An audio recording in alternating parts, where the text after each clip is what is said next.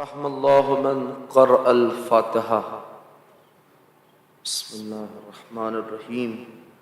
الحمد لله رب العالمين الرحمن الرحيم مالك يوم الدين إياك نعبد وإياك نستعين اهدنا الصراط المستقيم صراط الذين أنعمت عليهم غير المغضوب عليهم ولا الضالين. گزارش التماس سے ایک بار سورہ حمد اور 3 بار سورہ اخلاص پڑھ کر مرحوم مغفور جناب سید تہذیب الحیدر ابن سید سجاد حسین کی روح پر فتوح و احسان فرمائیں.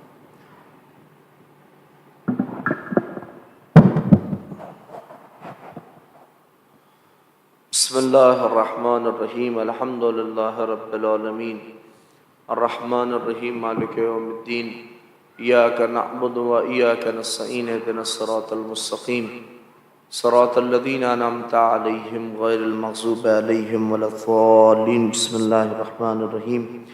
قل اللہ احد اللہ الصمد لم یلد ولم یولد ولم یکن له کفوا احد. قل اللہ احد اللہ الصمد لم یلد ولم یولد ولم یکن له کفوا احد. قل اللہ احد اللہ الصمد لم یلد ولم یولد ولم یکن له کفوا احد. اللہم صلی اللہ علیہ وسلم.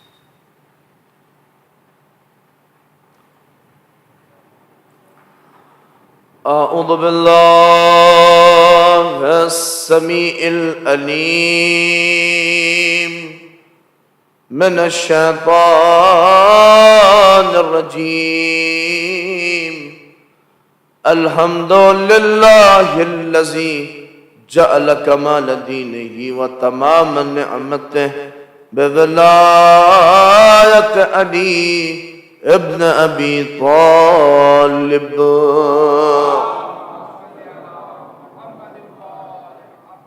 الصلاة والسلام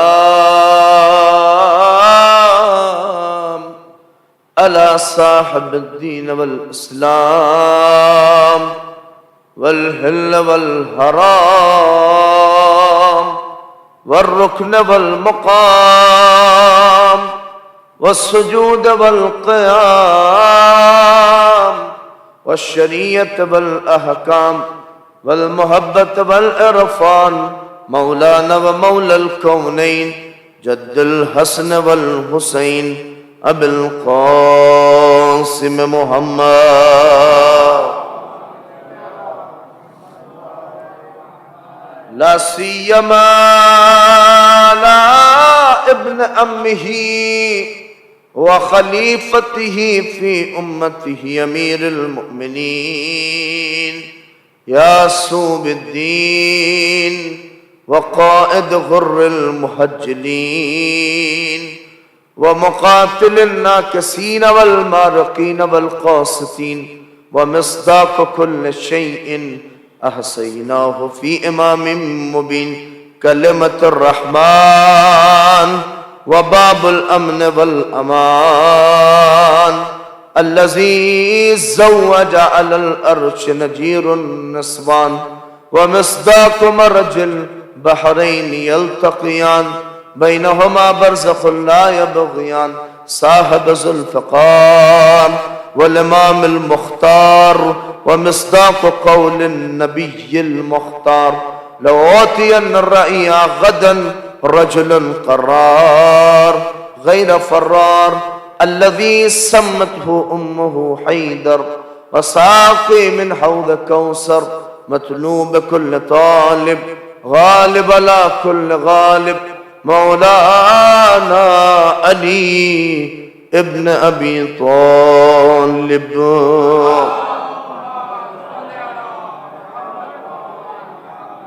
وآل بيت الطيبين الطاهرين المعصومين المظلومين الذين أذهب الله عنهم الرس أهل البيت وطهرهم تطهيرا. ولعنة الله على أعدائهم أجمعين من يومنا هذا إلى قيام يوم الدين. أما بعد فقد قال أمير المؤمنين عليه السلام إن احفظوا عني 4 يا بني احفظ عني 4 ما عملت ما هن لا يضرك ان اغنى الغنى العقل واكبر الفقر الحمق واوحش الوحش العجب واوحش الوحشة العجب واكرم الحسب حسن الخلق. صلوات. تو صحیح آگے اس کو تھوڑا مائک آواز سمجھ میں نہیں آ رہا. ایک سلوات اور پڑھ دیں آپ حضرات، تھوڑا سا آواز.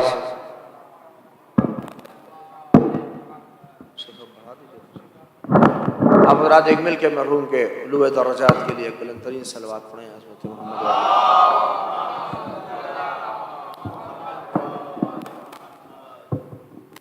ٹھیک.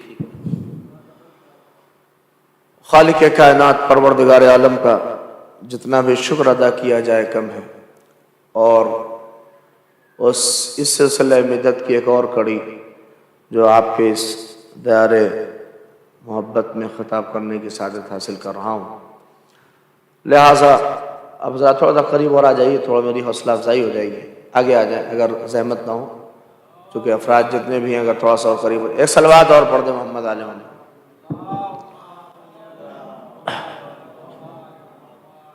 لہٰذا اور چونکہ اصال ثواب کے حوالے سے یہ مجلس ہے، لہٰذا میں نے آپ کی خدمت میں نہج البلاغہ کا وہ عظیم فقرہ جو امیر المؤمنین نے اپنے دہن اقدس سے ہمارے اور آپ کی ہدایت کے لیے فرمایا ہے، اور اسی کو اس تھوڑے سے مرحلے کے لیے اور لمحے بھر کی گفتگو کے لیے اسی میں کچھ باتیں جو شاید آپ نے سن رکھی ہوگی، کوئی دعویٰ نہیں ہے کہ کوئی نئی چیز ہو، شاید آپ حضرات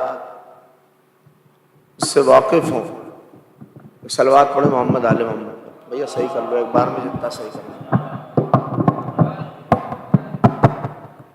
ایک اور صلوات پڑھیے محمد آل محمد.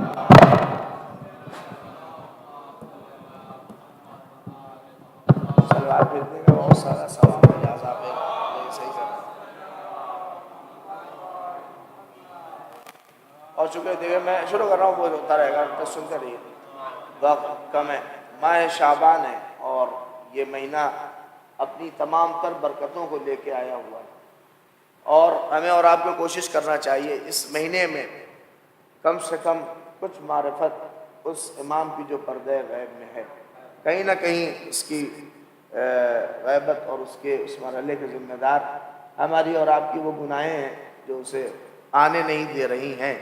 تو کوشش یہ ہو اس مہینے میں کم از کم کہ آدمی جہاں حلوہ کھاتا ہے وہیں معرفت کے کچھ موتی بھی اپنے اس قلب میں اتارے، تاکہ اسے یہ احساس ہو.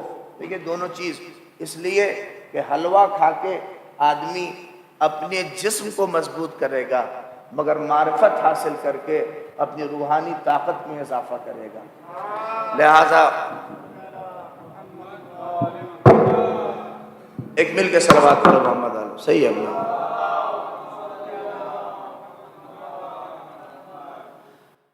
چونکہ بہت اہم ہے، میں ایک روایت بس پڑھ دوں اس مہینے کی عصمت کے لیے، پھر آپ کے سامنے وہ حدیث پیش کروں گا. روایت ہے باقاعدہ ماہ شعبان کے لیے من صاما، باقاعدہ رسول اللہ کے پاس ایک آدمی آیا اور وہ آ کے کہنے لگا، چونکہ رمضان آ چکا تھا تو اس نے کہا یا رسول اللہ شعبان تو گیا، شعبان تو گیا. رسول اللہ نے اس کو ٹوکا، یہ مت کہو کہ شعبان گیا. یہ کیا مطلب ہے؟ آپ اس مہینے کی نام کی عظمت کو دیکھیے کہ کتنی عظمت ہے اس مہینے کے نام کی. رسول اللہ نے کہا کہ تو غلط کہہ رہا ہے کہ رمضان گیا، شعبان گیا. شعبان گیا کیا مطلب؟ کہا پھر یا رسول اللہ شعبان تو واقعاً گیا. کہا نہیں، تو بلکہ یہ کہہ کہ ماہ شعبان گیا، شہر شعبان گیا، شعبان کا مہینہ گیا. یہ مت کہو کہ شعبان گیا. کہا یہ کیوں رسول اللہ؟ کہا اس لیے کہ شعبان خدا کا نام ہے، نہ خدا آتا ہے نہ خدا جاتا ہے. توجہ کریے، نہ خدا آتا ہے نہ خدا جاتا ہے. لہذا یہ کہو کہ ماہ شعبان گیا، اور اسی لیے کہہ رہا ہوں شعبان نہ جاتا ہے نہ آتا ہے. جو اس مہینے میں اپنے آپ کو سمو دیتا ہے اسی کے لیے سب ہوتا ہے. صلوات پڑھ دے محمد آل محمد پر. ایک اور مل کے صلوات پڑھ دیں محمد آل محمد۔ خود روایت ہے کہ من صام فیہ، جو اس مہینے میں روزہ رکھے، یومن، ایک دن، وجب لہ الجنہ، اس کے لیے جنت واجب ہے۔ اس کے لیے باقاعدہ روایت اٹھائیے، ایک دن روزہ رکھے، جو 2 دن رکھے اس کے مرتبے کچھ اور ہیں، جو 3 دن رکھے اس کے مرتبے کچھ اور ہیں۔ اور روزے رکھنے کے وہ فوائد بھی روایات میں ہیں، آپ کو باقاعدہ طور کے اوپر کہ اگر روزہ رکھے گا تو آدمی کا اس کا فائدہ کیا ہوگا، اس کو کیا ملے گا، اور بہت سے کون سے بینیفٹ ہیں۔ سب سے اہم فائدہ آج کے اس حالات اور اس پرآشوب دور میں، جہاں ہر نوجوان کو، اس لیے کہ سب سے میجر پرابلم جو ہماری سوسائٹی، ہمارے معاشرے اور ہمارے سماج کی ہے، وہ جانتے ہیں کیا ہے؟ وہ ہے فائنینشلی پرابلم۔ ہر آدمی جس کو دیکھیے وہ مالی مشکلات کو ہی ہر آدمی کے سامنے، اس لیے کہ نوجوان ہے تو وہ جاب کے لیے پریشان ہے، وہ دھندے کے لیے پریشان ہے، اور کورونا کے بعد تو ہر آدمی کے زبان پہ یہی ہے، میرا دھندا چلا گیا، میرا بزنس چلا گیا، میری جیب کٹ گئی، میرا سب کچھ ہو گیا۔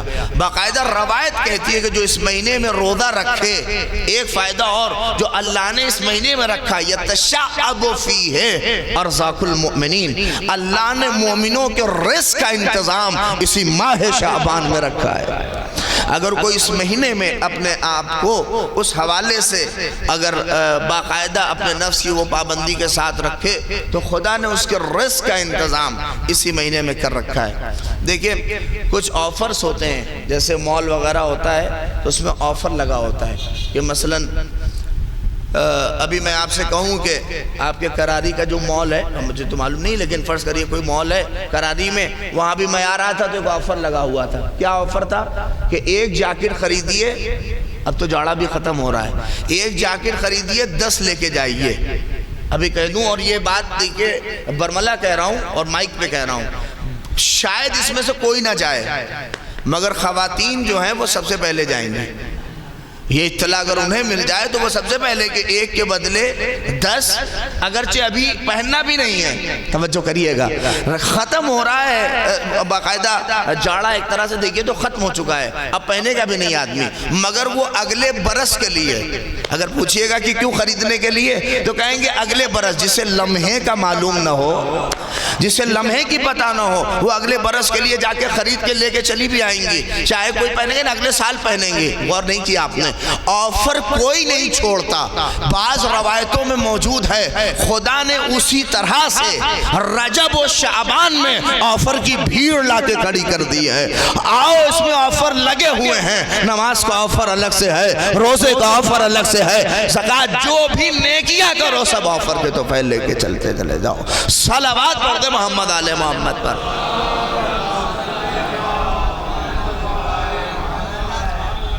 سارے آفر اس مہینے میں خداوند متعال نے اس 2 مہینے میں پورے دے دیے۔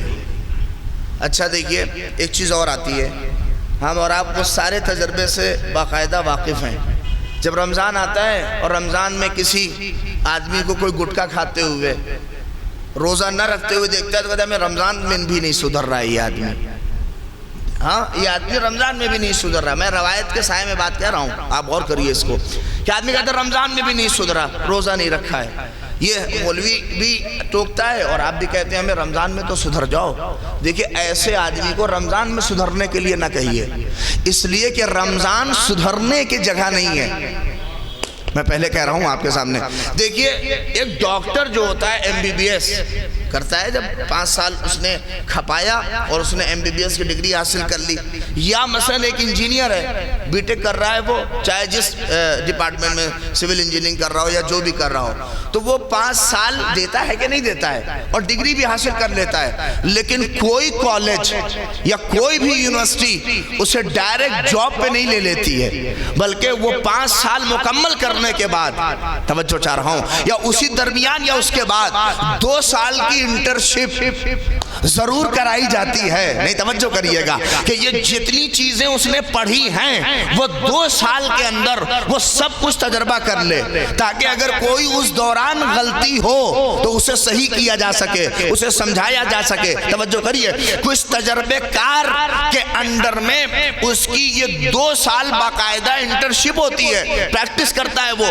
کہ اگر یہ ہے ڈاکٹر ہے تو کیسے آپریشن کرنا ہے، اس لیے کہ اگر انٹرنشپ کے دوران کوئی غلطی ہوئی ہے ہے تو وہ قابل اصلاح ہے، اسے صحیح کی جا سکتی ہے، مگر اگر ڈائریکٹ پہنچ گیا اس کے بعد غلطی ہوئی تو پھر مرحلہ بہت سخت ہے، جیل کی ہوا کھانی پڑ جائے گی، بہت کچھ ہو سکتا ہے، اسی لیے ڈائریکٹ کوئی نہیں بھیجتا۔ توجہ کریے گا، میں روایت آپ کے سامنے کہہ رہا ہوں کہ 2 سال کی انٹرشپ اسی لیے کرائی جاتی ہے تاکہ اصل مرحلے میں پھر غلطی نہ ہو۔ آپ نے توجہ کی، اسی لیے اللہ نے رمضان سے پہلے 2 مہینے رکھے، رجب اور شعبان، اس میں روزہ رکھ کے تاکہ اس میں نماز پڑھ کے اپنی انٹرشپ کر کے اتنا سوار لو تاکہ جب رمضان میں پہنچو تو سدھارنا نہ پڑے، سدھرے ہوئے پہنچو۔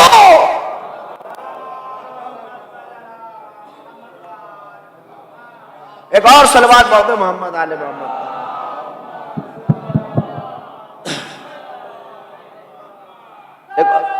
مل کے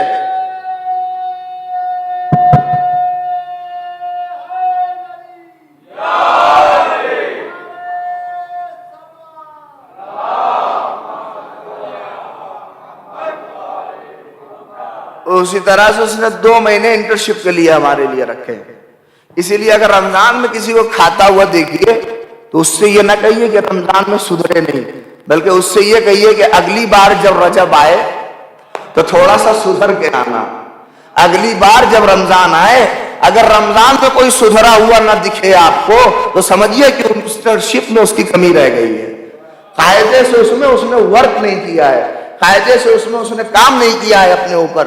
اسی لیے رجب و شعبان کو اس 2 مہینے کو اللہ نے رکھا رمضان سے پہلے تاکہ اس میں خوب قاعدے سے پریپریشن ہو، اس لیے کہ رمضان میں اب سدھرنے کی جگہ نہیں ہے، یہاں تو لطف پروردگار کی بارش ہے، رحمت پروردگار کی بارش ہے، یہاں پہ اپنے آپ کو سدھار کے چلے آؤ، بس یہاں اب لینا ہی لینا ہے، یہاں تو بس اس کی بہار ہے جو تم پہ نازل ہو رہی ہے۔ اسی لیے سب کچھ اسی میں، جو بھی کچھ جا کے بہت سے لوگ رمضان میں جا کے قرآن سیکھتے ہیں، ٹھیک ہے، بہت اچھی چیز ہے، مگر رجب و شعبان میں اتنا قرآن کو سیکھ لیجئے تاکہ جب رمضان آ جائے تو سیکھنا نہ پڑے، اس لیے کہ اس میں تو تلاوت ہی مانگی گئی ہے، اور اس میں تلاوت کرتے رہیے اور خوب پڑھتے رہیے اور باقاعدہ طور کے اوپر۔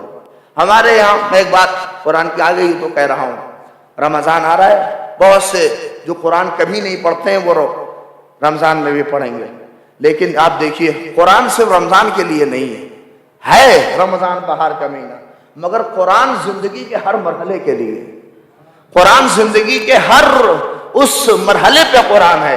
خالی یہ نہ ہو کہ ہمارا اور آپ کا معاملہ، ہمارا قرآن کا جو رشتہ ہے، میں بات دیکھیے کلی کہہ رہا ہوں، کوئی بات اپنے معاشرے اور سماج میں نہ لے کے ملکہ ہمارے یہاں ایسا نہیں ہے، ہو سکتا ہے، لیکن میں ایک جنرل بات کہہ رہا ہوں۔ آپ دیکھیے جو حال ہے قرآن کا، میں آپ کو کچھ اشعار کے ذریعے سے پہنچا رہا ہوں، بات آپ تک دیکھیے پہنچے گی۔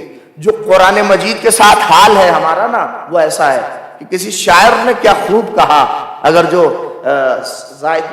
ذوق شاعری رکھتے ہیں میرے شعر سے لطف اندوز ہوں گے، شاعر کہتا ہے کہ اٹھا کے رحلے دل سے زینت جزدان کرتے ہو، اٹھا کے رحلے دل سے زینت جزدان کرتے ہو، مسلمانوں یہ کیسی عزت قرآن کرتے ہو۔ توجہ کریے کہ اٹھا کے رحلے دل سے زینت جزدان کرتے ہو، مسلمانوں یہ کیسی عزت قرآن کرتے ہو۔ میں آپ کے سامنے حالات حاضرہ پڑھ رہا ہوں، اما جسے زندوں پہ پڑھنا تھا، جسے زندوں پہ پڑھنا تھا اسے مردوں پہ پڑھتے ہو، جسے زندوں پہ پڑھنا تھا اسے مردوں پہ پڑھتے ہو، مرض جب لا دوا ہوتا ہے تب علاج کرتے ہو، مرض جب لا دوا ہوتا ہے تب علاج کرتے ہو، ہے حکم فقرعو میں ما تیسر کی سہولت، جب بتاؤ روز کتنی قرأت قرآن کرتے ہو۔ صلوات پڑھ دے محمد آل محمد۔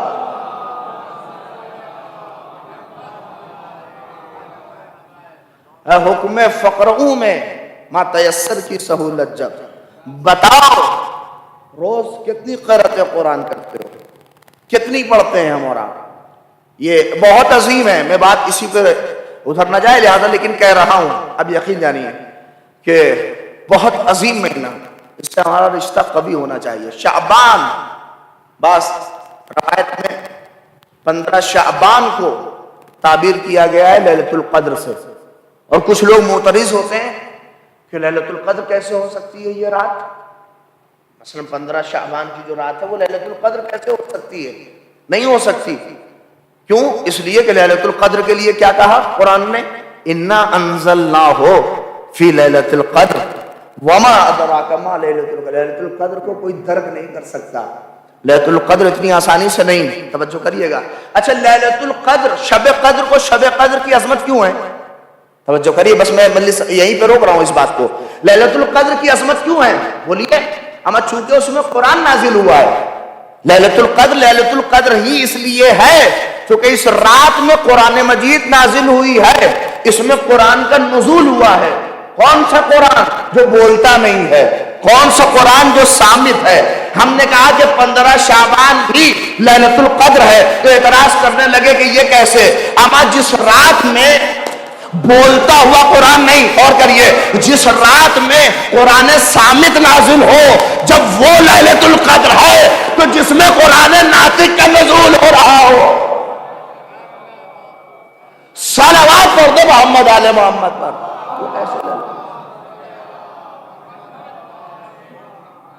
ایک اور مل کے صلوات پڑھ دو محمد آل محمد پر.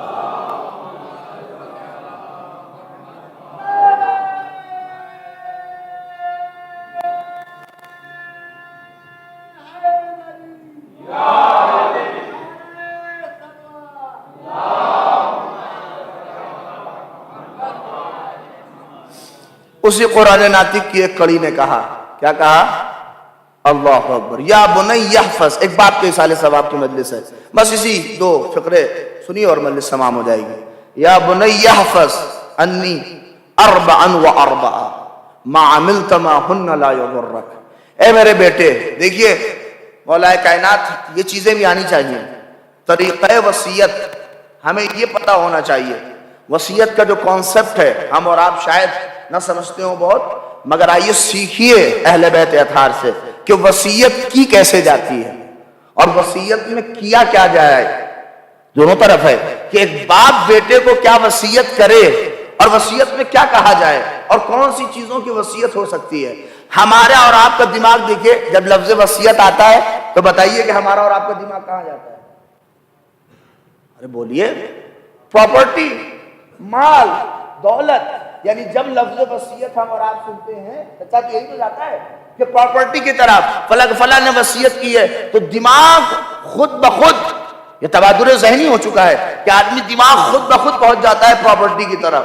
ہمیں لگتا ہے کچھ لکھا ہوگا 2-4 بیگھے 10 بیگھے 20 بیگھے اور پیسہ لگتا ہے بینک بیلنس، یہ ساری دماغ طرف جاتا ہے نا. مولا کائنات نے یہ جو وصیت کا فقرہ کہا ہے شاید ہم جیسوں کو مد نظر رکھا. توجہ کریے گا، میں آپ کے سامنے بات رکھ رہا ہوں. دیکھیے کیا کہ یا بنی احفظ، اے میرے بیٹے حسن. ایک باپ ہے اور وہ بھی معصوم، بیٹا بھی معصوم، اور اپنے بیٹے کو وصیت کر رہے ہیں. کیا کہہ رہے ہیں؟ یا بنی احفظ، اے میرے بیٹے. کون؟ حسن. یا بنی احفظ، گٹھی باندھ لو، باقاعدہ حفظ کر لو. کیا؟ احفظ انی، مجھ سے 4 و 4 4 اور 4 چیزوں کو وصیت کے طور کے اوپر یہ 4 چیزوں رکھ لو. اب اس جملے پہ بہت وزن ہے، میں جس کے لیے آپ کے سامنے یہ بات رکھ رہا ہوں کہ ما عملت ما ہن لا یضرک. اور جب تک اس کے ساتھ عمل رہے گا تب تک تمہارا نقصان دنیا کی کوئی طاقت پہنچا نہیں سکتی. نہیں غور کیا آپ نے؟ ایک امام معصوم سے کہہ رہا ہے کہ جب تک عمل نہ ہو، جب تک عمل نہ ہو، جب تک عمل نہ ہو. اس کا مطلب ہے معصوم بھی خالی اگر بولے عمل نہ کرے تو خود اسے فائدہ نہیں ہے. ہم جیسوں کو مولا بتا گئے کہ منہ کے دھنی نہ بنو بلکہ عمل کے دھنی بنو. صلوات پڑھ دے محمد آل محمد پر.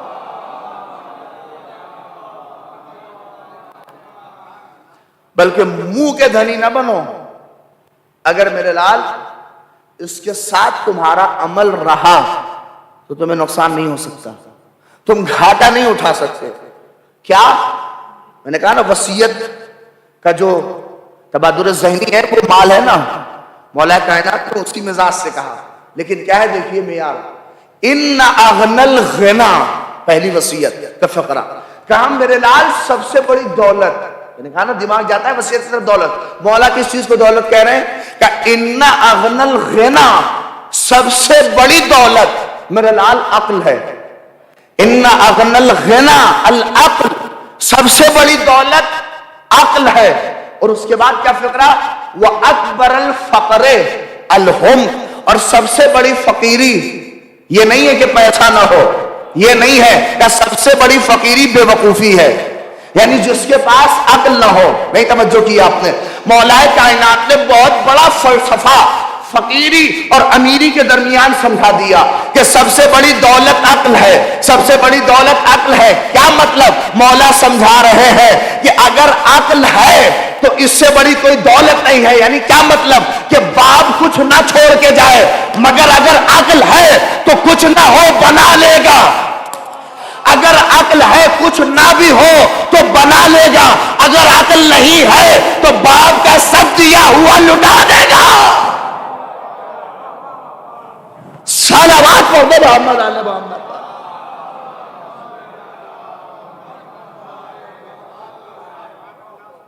کہ سب سے بڑی دولت عقل ہے.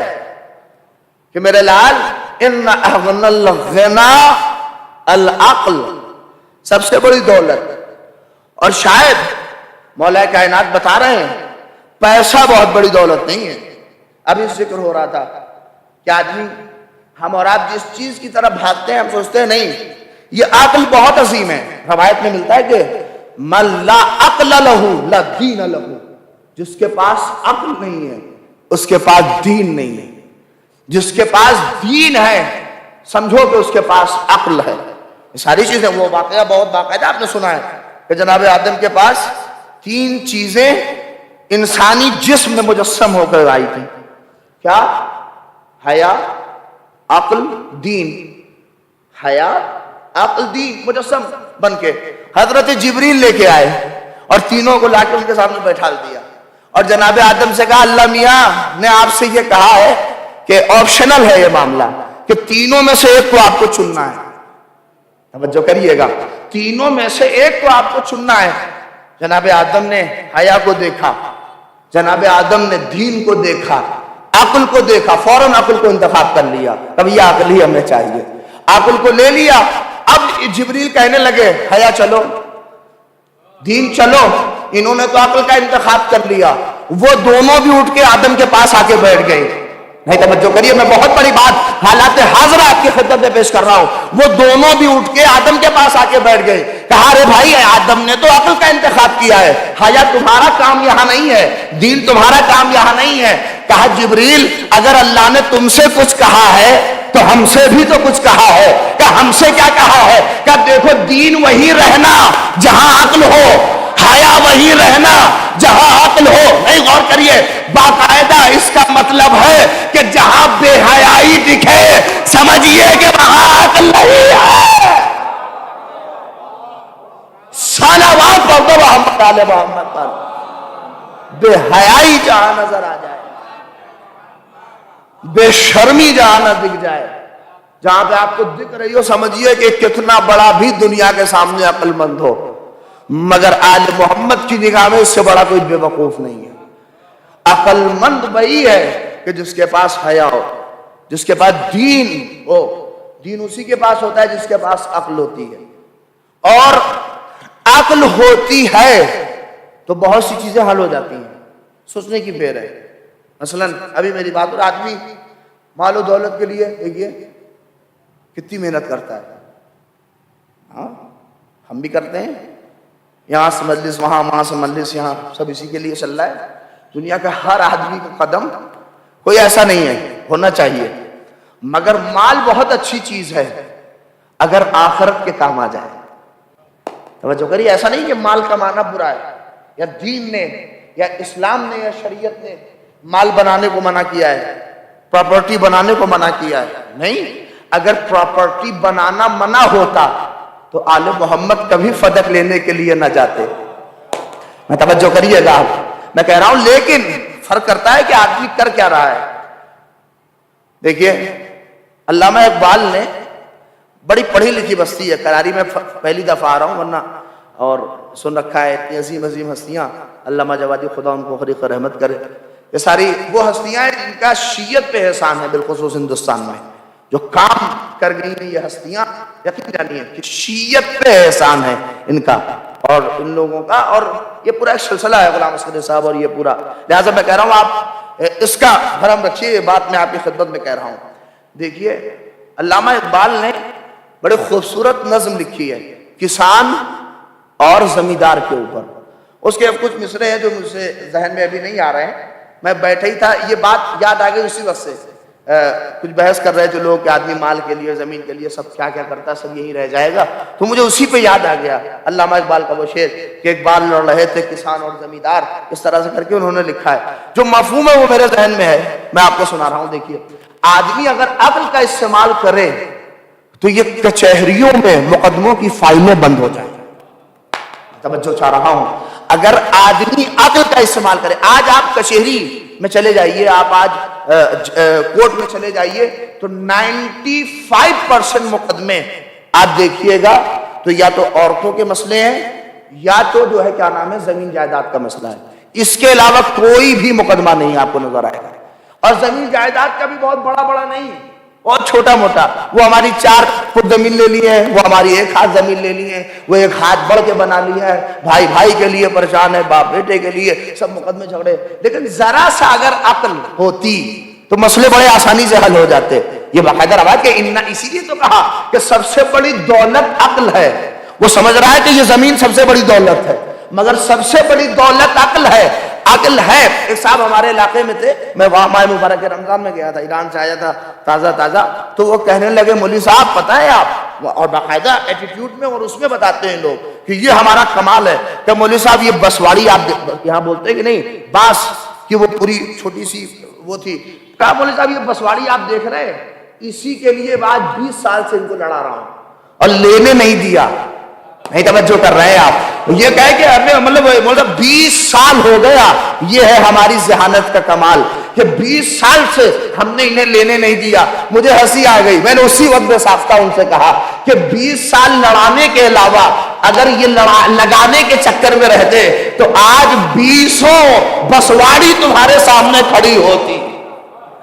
اگر کوشش ہم لگانے میں لگاتے اور یہ ساری چیزیں تو آج کتنی جانیں ہم اور آپ کتنا وقت صرف کرتے ہیں، چونکہ عقل کا استعمال نہیں ہے، چونکہ خرد کا استعمال نہیں ہے۔ اگر خرد کا استعمال ہو تو چیزیں بڑی آسان ہیں۔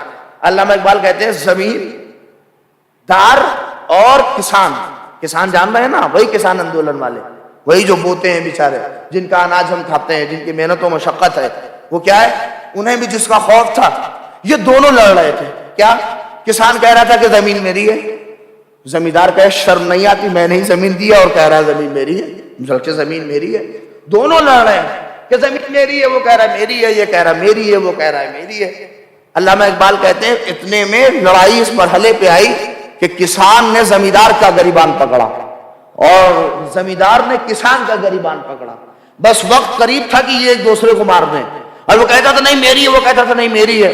اتنے میں ایک عقل مند کا گزر ہوا، توجہ کریے گا، وہیں سے ایک عقل رکھنے والے کا گزر ہوا، اور وہاں سے گزرتا ہوا اس نے دیکھا کہ کسان اور یہ زمیندار دونوں لڑ رہے ہیں، دونوں کے قریب پہنچا، بھیا لڑائی کس بات کی ہے؟ دیکھیے عقل مند جو ہوتا ہے وہ جھگڑے کو بڑھاوا نہیں دیتا بلکہ جھگڑا ختم کرتا ہے۔ میں بہت بڑی بات کہہ گیا، اور شاید معاشرے کا وہ مرحلہ وہ آگے کہتا ہے بھیا لڑ کس بات کے لیے رہے ہو؟ کہ اصل میں شرم نہیں آتی، یہ کسان ہو کے کہہ رہا زمین میری ہے، اور کسان نے کہا اس کو شرم نہیں آتی کہ یہ کہہ رہا زمین میری ہے جبکہ میری ہے۔ تو اس نے کہا بھیا دلیل کیا ہے؟ زمیندار سے پوچھا تو کہنے لگا میں نے رقم دی ہے، میں نے تو پیسہ اس کا چکایا ہے، اس لیے زمین میری ہے۔ کسان نے کہا بھائی میں اس میں اناج بوتا ہوں، میں اس میں اناج لگاتا ہوں، میں ہی اسے بوتا جوتتا ہوں، اس لیے زمین میری ہے۔ دونوں کی دلیل بڑی سالڈ تھی، ہاں اس کو وہ کہہ رہا ہے کہ میری ہے، یہ کہہ رہا ہے میری ہے۔ اب دیکھیے کس کی ہے، یہی کمال ہے۔ وہ عقل مند کہتا ہے ارے بے وقوف لڑو مت، چلو آؤ زمین سے ہی پوچھو، زمین بتائے گی کہ کس کی ہے، توجہ کریے گا، زمینی سے پوچھ لو معاملہ ختم ہو جائے گا، یہی بتا دے گی کس کی ہے۔ دونوں زمین کے پاس کھڑے ہوئے، اس عقل مند نے کہا یہ زمین یہ دونوں لڑ رہے ہیں، بتا دو نا کہ تم کسان کی ہو یا زمیندار کی ہو۔ تو زمین بھی ان دونوں سے مخاطب نہیں ہوئی، عقل مند سے مخاطب ہوئی، اور اس عقل مند سے کہا ان دونوں سے کہو یہ دونوں بے وقوف ہے، یہ دونوں اندھے ہیں، یہ دونوں پاگل ہیں. علامہ اقبال کہہ رہے ہیں یہ دونوں بے وقوف ہیں، یہ دونوں اندھے ہیں، یہ دونوں پاگل ہیں. کیا کیسے؟ کہ ان سے کہو نہ میں اس کی ہوں نہ میں اس کی ہوں. توجہ کریے گا، نہ میں اس کی ہوں نہ میں اس کی ہوں. تو کب بتاؤ نہ کس کی ہو؟ کہ میں نہ اس کی نہ اس کی، بلکہ یہ دونوں میرے ہیں. نہیں، جملہ پہنچنا چاہیے کہ یہ دونوں میرے ہیں. کہا وہ کیسے؟ کہ جب مریں گے تو میرے ہی پاس آئیں گے. صلوات پڑھ دو محمد آل محمد پر.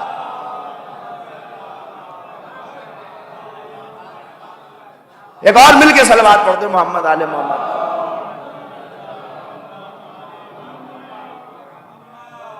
بلکہ یہ دونوں میرے ہیں اور جب مریں گے تو میرے ہی پاس آئیں گے. نہ یہ ہماری ہے نہ آپ کی ہے. یہ سب کس کی ہے؟ وہی جو صاحب ملک ہے. یہ سب اس کی. ہمارا اور آپ کا کچھ نہیں ہے. ہمارا اور آپ کا کیا ہے؟ ہمارا اور آپ کا اس دنیا فانی میں تو کچھ بھی نہیں ہے. اور کچھ ہوتا تو لے کے جاتے ہیں، اور جو ہے بس وہی لے کے جاتا ہے آدمی. ہاں غور کریں، ماں ملتا ماں ہونا لا یضر، کہ یہ جو ہے وہی لے کے جاتا ہے. بعض لوگ کہتے ہیں منیزہ سب بات نہ کیا کریے آپ لوگ، حالی عمل عمل والی. اور دیکھیے یہ سارا مرحلہ ہم سوچیں نہ سوچیں، جو انسان کا ہے وہی لے کے جاتا ہے. دیکھیے اس کا کیا ہے؟ بولے اس کا کیا ہے؟ جسم ہے؟ نہیں، اما جسم بھی نہیں لے کے جا پاتا. وہ تو وہیں سڑ کے رہ جاتا ہے، وہیں ختم ہو جاتا ہے. کیا لے کے جاتا ہے؟ جو ہے اس کا وہی جاتا ہے. اور وہ خود نہیں بلکہ اس کا، لفظ بولیے، عمل ہے، وہی اس کا لے کے جاتا ہے. وہ جو ہے اس کا، بقیہ کچھ بھی نہیں ہے. یہاں سے جتنا ہم لو لگا لیں، جتنی ہم یہاں الفت، دیکھیں یہ سب چیزیں ابھی نہیں سمجھ میں آتی، چونکہ دنیا کی اس خوبصورتی اور چکا چوند میں آدمی پوری طرح سے غرق ہے، تو اسے ابھی کچھ نہیں سمجھ میں آتا ہے.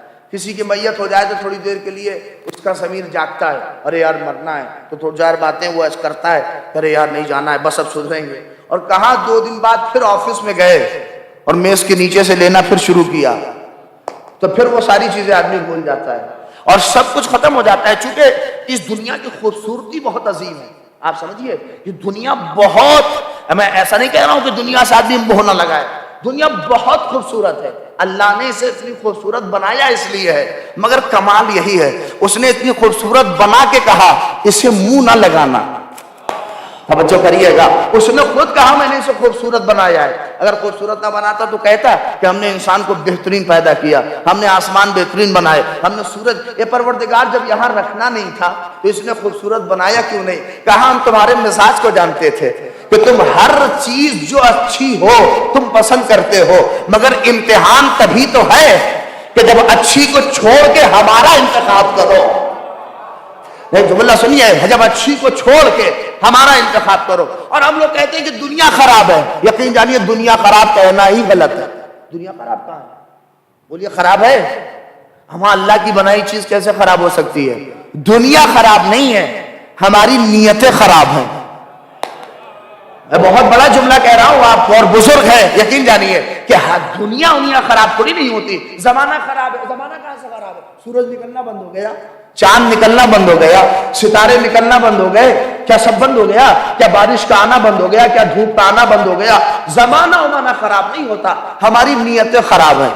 ہماری نیتیں صحیح ہو جائے سارا معاملہ سیٹ ہو جائے. ہماری نیتیں خراب ہیں. میں کیسے کہوں؟ آپ دیکھیے بات یاد آ رہی لہذا کہ نہج البلاغہ میں خود امیر کائنات نے کہا یہ جانوروں کو بھی بہت ہلکا مت سمجھو. کبھی کبھار جب تمہاری عقل کام نہ کرے تو جانوروں میں دیکھ کر کچھ عبرت حاصل کرو، کچھ اپنے لیے کچھ سیکھ لو ان سے. کیا ہے؟ آپ دیکھیے، میں کہہ رہا ہوں یہ بات اب نہ جانے کہاں تک پہنچے گی. مدھو مکھی کو دیکھیے آپ، مدھو مکھی کا تھوک، مدھو مکھی کا تھوک امیر بھی مہنگے دام میں خریدتا ہے اور غریب بھی مہنگے دام میں خریدتا ہے، مگر حضرت انسان کا چبایا ہوا آم اس کا بیٹا بھی نہیں لیتا. توجہ کریے گا، میں سامنے کہہ رہا ہوں، آپ دیکھیں کہ مدھو مکھی کا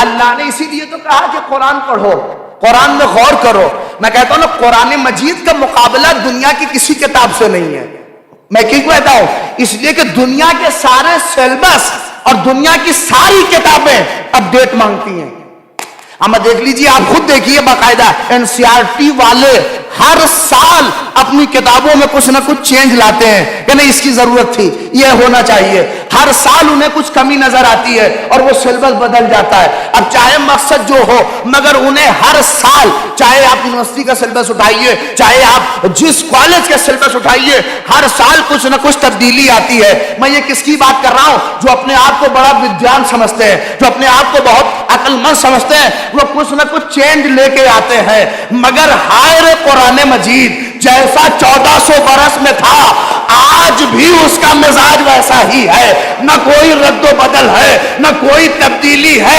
اے قرآن ایسا کیوں ہے کہ یہی تو معجزہ ہے۔ کیوں؟ اس لیے کہ زمانہ پرانا ہوتا جاتا ہے، قرآن نیا ہوتا جاتا ہے۔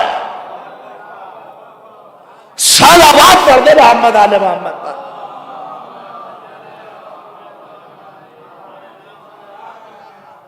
ہر چیز اس کے نقطہ کمال پہ، چونکہ سوچنے کی، اسی لیے اس نے کہا ان اغن الغنا العقل، سب سے بڑی دولت عقل ہے۔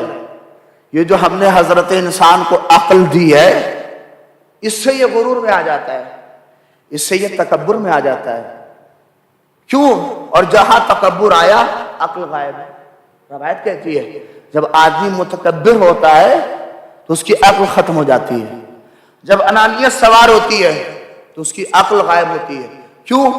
اس لیے پھر اس کی خواہشات حاوی ہوتی ہے، عقل کا وجود ہی نہیں رہتا، پھر وہ اس کی خواہشات بولتی ہے۔ اسی لیے دیکھیں، آدمی زیادہ پڑھ لینا کمال نہیں ہے، اس پڑھے کو ہضم کر لینا کمال ہے۔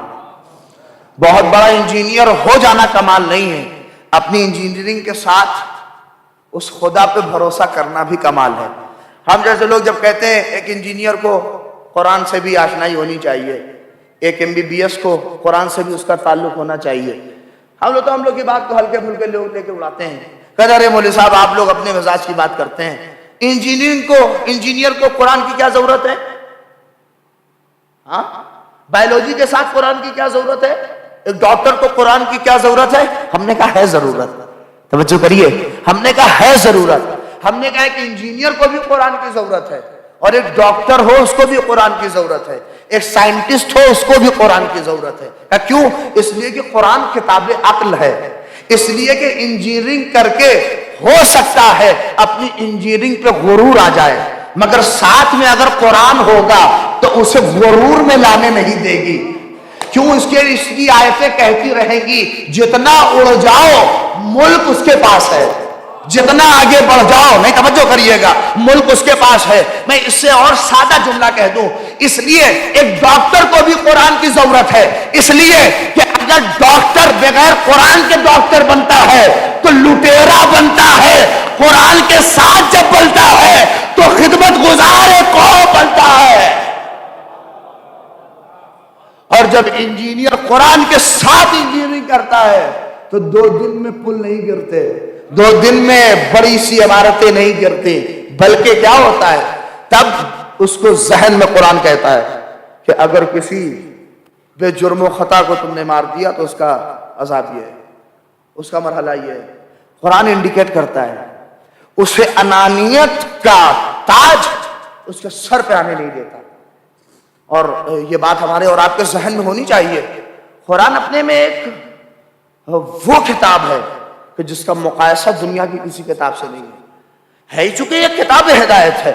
آدمی کو کبھی بھی، اسی لیے اس عقل کے چراغ کو، اگر اس دیا جو جل رہا ہے عقل کا، اس کو اگر ضرورت ہے کہ دیے کے اندر وہ چیز جو چاہیے کہ جس کے ذریعے سے دیے کی لو نہ بجھے، تو اس اکسیر کا نام ہے قرآن۔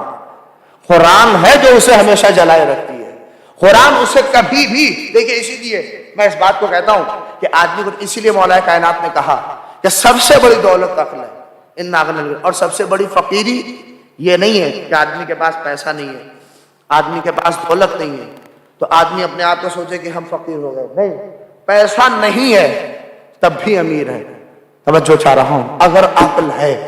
اس لیے کہ عقل انسان کو اس منزل معراج تک پہنچاتی ہے جہاں شاید علم بھی نہ پہنچا پائے. اور اس کے آگے کہا بس اسی تک بات رکھ رہا ہوں تاکہ یہ 4 مرحلہ ہو جائے. وقت بہت تیزی سے گزر رہا ہے، میرے پاس بہت وقت ہے، میں نماز سے پہلے ختم کر رہا ہوں. وَأَوْحَشَ الْوَحْشَ الْعُجْبُ، سب سے بڑا ڈر. مولا کائنات اپنے بیٹے کو کہہ رہے میرے لال سب سے بڑا ڈر خود پسندی ہے. خود پسندی کیا مطلب؟ جب آدمی یہ سمجھ لے کہ میں ہی سب کچھ ہوں، جب یہ سوچ لے کہ میں جو کہتا ہوں میں ہی ٹھیک ہوں، میں ہی خطابت کرتا ہوں، میں ہی شاعری کرتا ہوں، میں ہی نظامت کرتا ہوں، یہ سب سے بڑا ڈر ہے. یعنی اپنے بیٹے کو سمجھا رہے میرے لال یہ تمہارے دماغ میں نہ آنا پائے کہ میں ہی سب کچھ ہوں. اس لیے کہ خود پسندی نہ ہو، خدا پسندی ہو. یہ نہ ہو کہ تم کیا چاہتے ہو بلکہ یہ پیدا ہو کہ وہ کیا چاہتا ہے. بس میرے پاس وقت بہت، میں دیکھ رہا ہوں اس مرحلے پہ شاید میں رک جاؤں ورنہ بات کہہ سکتا ہوں. اسی لیے قرآن مجید میں اس نے بارہا کہا کہ اپنے آپ کو بہت اڑو نہیں، بلکہ کیا کہا؟ تبارک الذی بیدہ الملک وہو علی کل شیء قدیر. ملک کس کے پاس ہے؟ اللہ میاں کے پاس ہے، اللہ کے پاس ہے. بہت سے لوگ کہتے ہیں ملک طاقت کے پاس ہے، ملک قدرت کے پاس ہے. دیکھیے باقاعدہ شہید مطہری نے بھی اس بات کی وضاحت کی ہے، اور آیت اللہ علامہ طباطبائی اور خود آیت اللہ جواد عاملی نے اس آیت کی تفسیر میں باقاعدہ اس بات کو لکھا ہے کہ جو لوگ کہتے ہیں کہ ملک طاقت کے پاس ہے غلط کہتے ہیں. ملک طاقت کے پاس نہیں ہے بلکہ ملک قدرت کے پاس ہے. دیکھیے ہم لوگ آج خطابت اور شاعری جس معیار پہ پہنچ گئی ہے آپ اندازہ نہیں کر سکتے. نہ الفاظ کے فرق پتہ چلتے ہیں، کون سا الفاظ کب کہنا ہے، سب کچھ ختم ہو گیا ہے. اب آپ تو خود دیکھ رہے ہیں ہمارے یہاں جو جنت کا حال ہو گیا ہے، ایسا لگتا ہے کہ بس ہمارے گھر کی کھیت مولی ہے جو کاٹ کے لا کے گھر میں رکھ دیا ہے ہم نے. اسی لیے جنت کی کوئی ویلو ہی نہیں ہے، بس جنت واجب کر دیا. نہیں، بالکل بڑی آسانی سے مل جائے گی.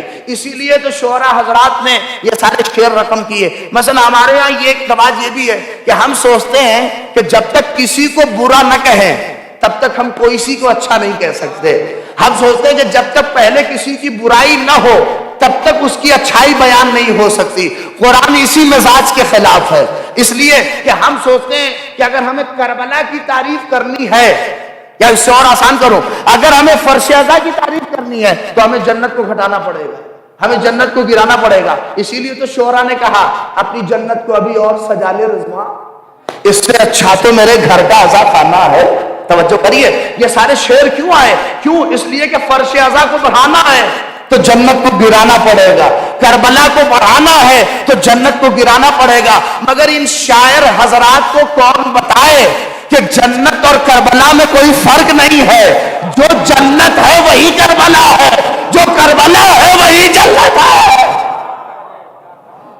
صلوات پڑھ دو ان کے محمد آل محمد پر، کوئی فرق نہیں ہے. ہم اور آپ سمجھتے ہیں یہ صرف کیوں ہے؟ چونکہ ہم نے ان مفاہیم کو سمجھا نہیں ہے، ہم نے ان چیزوں کو قاعدے سے درک نہیں کیا ہے. ورنہ کبھی بھی آج محفلوں کو معیار نہ کرتا. آج یہ سب کیوں ہے؟ چونکہ ہم اپنی انانیت میں ہم سوچ رہے ہیں میں کر رہا ہوں تو صحیح ہے، میں کر رہا ہوں تو ٹھیک ہے. یہ دور حاضر اپنی انانیت کا نہیں ہے. آپ مالک نہیں ہیں، آپ خادم ہیں. کیوں؟ چھٹے امام نے کہا لو ادرکتہ لخدمتہ ایام حیاتی.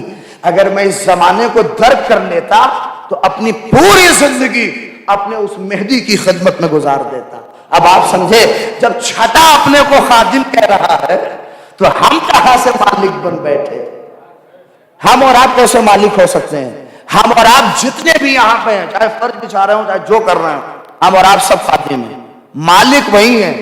اور جب خدمت کا جذبہ ہوتا ہے اور آدمی اپنے کو خادم سمجھتا ہے تب یہ عجب نہیں پیدا ہوتا، تب آدمی کے اندر خود پسندی نہیں آتی، تب آدمی کے اندر انانیت نہیں آتی. چونکہ خدمت کر رہا ہے نا. خادم کیا ہوتا ہے؟ خادم اپنے مالک کا تابع ہوتا ہے. جو مالک کہتا ہے وہ وہی کرتا ہے، وہ اپنے سے کچھ نہیں کرتا. ارے غور کریے، میں بہت بڑا فقرہ آپ کی خدمت میں اور پڑھ دوں. اس لیے اور دوسری چیز آخری کہہ دوں تاکہ وقت سمٹ جائے، اور اسی پہ بات روک رہا ہوں، کبھی وقت ہوا تو ایک وضاحت طلب مرحلہ ہے لیکن میں یہیں پہ روک رہا ہوں. اور اس کے بعد چوتھی وصیت کی جو ہمارے یہاں بہت میجر پرابلم ہے، وَأَكْرَمَ الْحَسَبِ حسن الخلق، سب سے بڑا حسب یہ میرے لال حسن اچھا اخلاق ہے، اچھا اخلاق ہے. بے شک تو کہا ہے آپ نے، مگر آئیے اس بے شک کو مرحلے میں اتارتا ہوں اسے. دیکھا سب سے بڑا حسب ہمارے یہاں حسب نسب سب سے زیادہ. آج ہم سید غیر سید، انصاری غیر انصاری میں پھنسے ہوئے ہیں.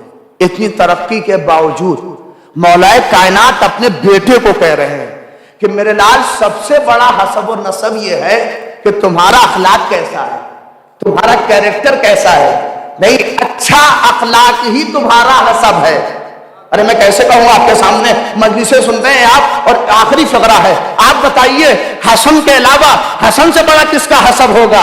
حسن تو چیخ چیخ کے کہہ سکتے ہیں میں وہ ہوں جو علی کا بیٹا ہوں، میں وہ ہوں جو فاتح خیبر کا بیٹا ہوں، میں وہ ہوں جو فاطمہ کا بیٹا ہوں. مگر اسی حسن کو کہہ رہے ہیں کہ میرے لال تمہارا حسب یہ نہیں ہے کہ تم علی کے بیٹے ہو اور فاطمہ کے بیٹے ہو، بلکہ تمہارا حسب یہ ہے اچھا اخلاق، اچھا کیریکٹر. نہیں سمجھ رہے آپ؟ علی سمجھا رہے ہیں کہ میرے لال تمہیں کہنا نہ پڑے کہ علی کے بیٹے ہو، بلکہ تمہارا کردار ایسا ہو کہ دنیا دیکھ کے کہے علی کا لال جا رہا ہے، علی کا بیٹا جا رہا ہے. یہی مولا بھی ہم سے چاہتے ہیں. اپنے منہ سے شیعہ نہ کہو، کیریکٹر دیکھ کے دنیا کہے علی کا شیعہ جا رہا ہے، علی کا چاہنے والا جا رہا ہے. صلوات پڑھ دے محمد آل محمد.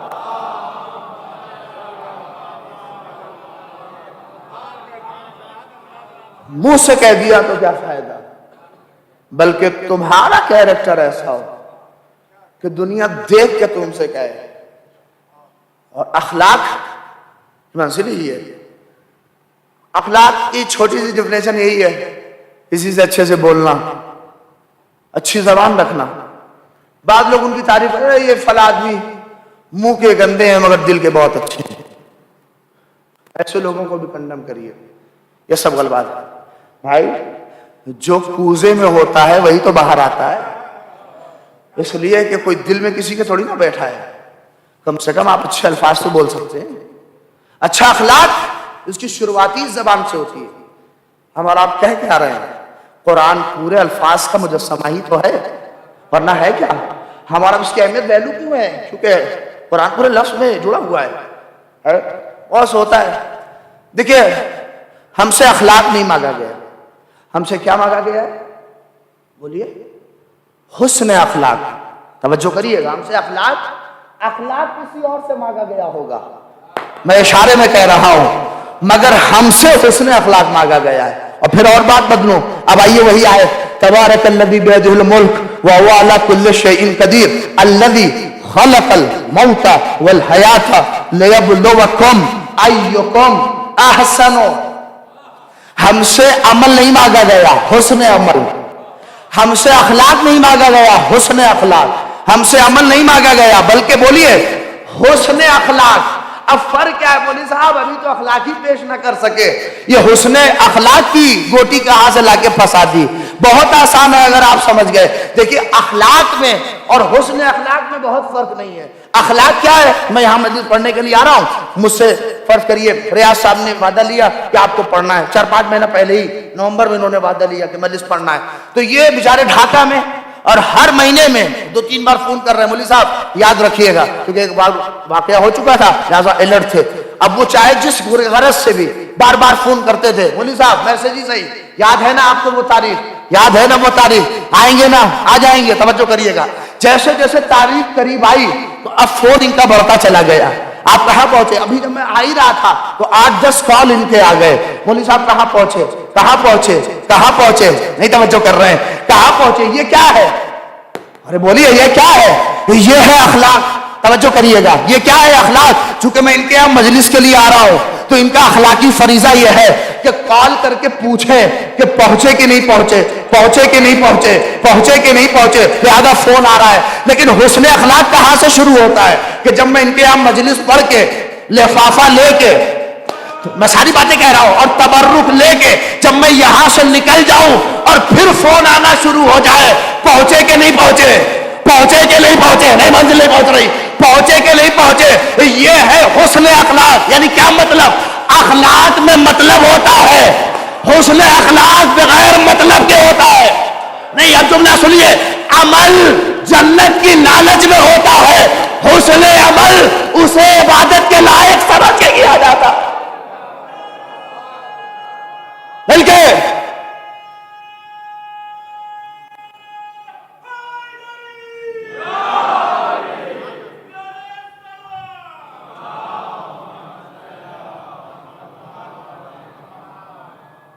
اخلاق اور حسن اخلاق، اخلاق میں مطلب ہوتا ہے، حسن اخلاق میں غرض نہیں ہوتی۔ عمل جنت کی لالچ میں ہوتا ہے، اور حسن عمل اسے لائق عبادت سمجھ کے کیا جاتا ہے۔ اسی لیے تو علی سے پوچھا تھا، علی عبادت جنت کی لالچ نہیں، نہ جنت کی لالچ میں، نہ دوزخ کے خوف سے، بلکہ کیونکہ پروردگار تو لائق عبادت ہے، تو ہے لائق عبادت، اس لیے کرتا ہوں۔ حسین سر کس لیے دے رہے ہو حسین؟ اس لیے دے رہا ہوں کہ تو لائق عبادت ہے، تو لائق پرستش ہے، تیری ذات ہے اس لائق کہ تیرے لیے سر کٹا دیا جائے، تیرے لیے اصغر کو پیش کر دیا جائے، تیرے لیے اکبر کو فدا کر دیا جائے، تیرے لیے زینب کی رضا چلی جائے۔ اے پروردگار تو ہے اس لائق، تیرا وجود، تیرا دین، تیری شریعت ہے اسلام۔ اجرت من اللہ، یہ ہے حسن عمل۔ عمل جنت کی لالچ میں ہوتا ہے۔ کربلا حسن عمل کی مرقع ہے، کربلا حسن عمل کا وہ کارزار ہے کہ جس مرحلے کو دیکھیے رونا آتا ہے۔ ایک باپ کے ایصال ثواب کی مجلس ہے، بیٹا موجود ہے، اللہ اکبر۔ جب باپ کی مجلس ہوتی ہے نا تو مجھے ایک غریب باپ یاد آتا ہے جو کربلا میں کھڑا تھا، بیٹیوں کی آوازیں بلند تھی، السلام علیکم،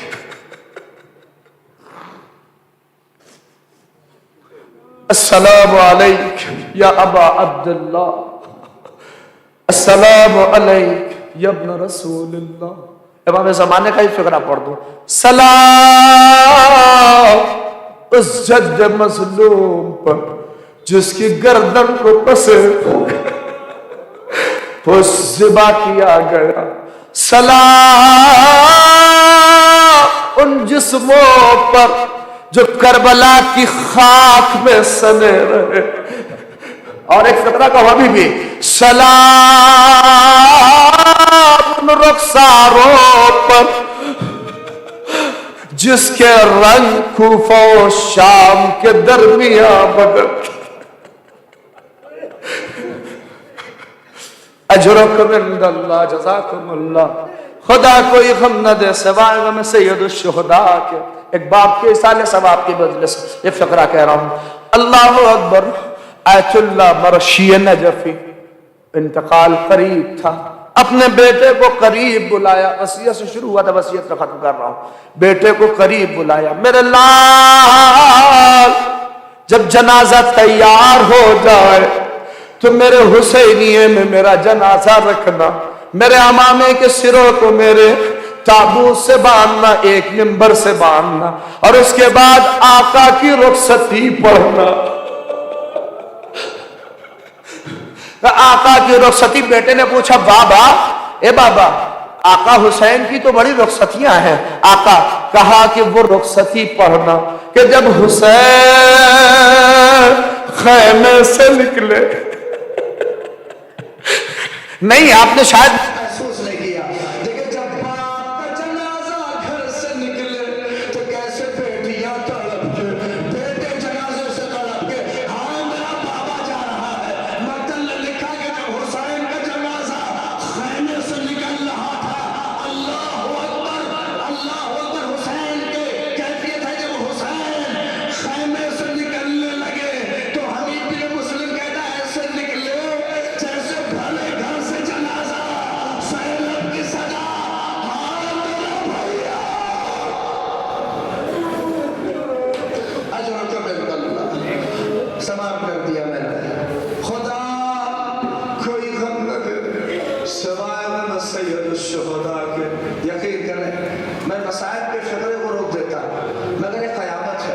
اس شجرے میں، بس اسی کو سنیے، میرنیس اعلی اللہ مقامہ، خدا ایک ماں کی آواز کو رقم کیا، اللہ اکبر کیسے؟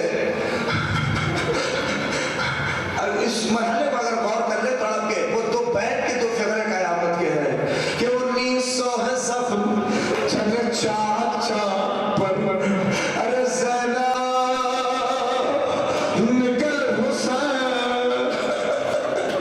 تڑپتا ہے خاک پر، اے عرض کربلا میرا بچہ ہے بے گناہ، اے عرض زینبا میرا بچہ ہے بے گناہ، اے فوج اشقیاء میرا بچہ ہے بے گناہ، ارے گھیرا ہے ظالموں نے میرے نور کو، اے ذوالفقار لوں گی میں تجھ سے تمام ہو گئی مجلس، اب جیسے چاہیے روئیے گا، قیامت ہے، حسین خیمے سے نکلے، بس 1 منٹ سے بھی کم کے مسائل ہیں، مجلس سما، حسین خیمے سے نکلے، ذوالجلال کے قریب آئے، میرنیس کے بس 2 مصرے کے لیے زحمت دے رہا ہوں، حسین ذوالجلال کے قریب آئے، اے اسد با وفا آخری سواری ہے، حسین ذوالجلال نے اپنے منہ کو زمین کی طرف اشارہ کیا، حسین کا کلیجہ پھٹ گیا، جب دیکھا کہ سموں سے لپٹی بچی حسین کی لاڈلی، اے بابا کے ذوالجلال مقتل میں نہ لے جا، یہی جو آیت مقتل ہے میں وہی پڑھ رہا ہوں، لیکن آپ احساس کریں شاید طریقے جو ہے سخن شاید الگ ہو، لیکن مرحلہ ہے، حسین اب میرنیس کہتے ہیں حسین کو کچھ سمجھ میں نہیں آیا، بچی کو سینے پہ لٹایا اور اس کے بعد زمین پہ لیٹ گئے، اور ہاتھ رکھتے رکھتے کہتے تھے اے میری لاڈلی اب بابا کا سینہ نہ ملے گا، اب بھی اماں کے سینے پہ سونا، اس لیے کہ باپ سے بیٹیاں بڑی قریب ہوتی ہیں، اور علامہ خدا غریب رحمت کرے یہ آیت اللہ مرشی رجوی کو اس وصیت نامے کو انہوں نے کہا کہ میرے جنازے پہ یہ پڑھا جائے، حسین کہ میری لاڈلی اب بھیا کے سینے پہ سونا، کہتے ہیں کہ جب کرتے کہتے میرنیس صلی اللہ علیہ وسلم کہتے ہیں سکینہ سو گئی، اور تھوڑی دیر کے بعد سکینہ جب اٹھی تو اب کچھ نہیں، بس بابا سے ایک طرح کا اے بابا خدا حافظ،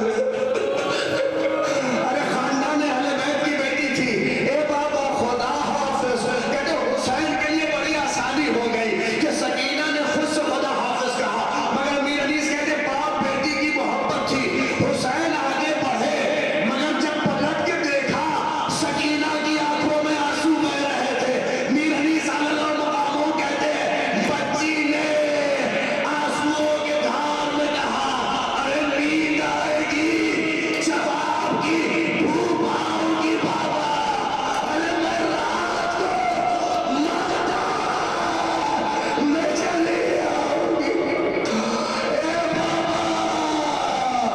خدا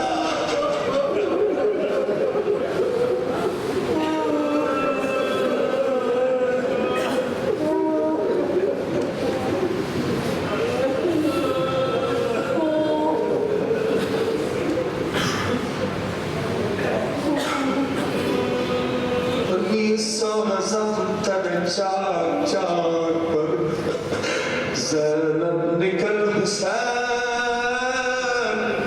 تڑپتا ہے خاک پر، بارے رہا اس مجلس سے شہداء کا واسطہ الہی ہماری اس مجلس کو قبول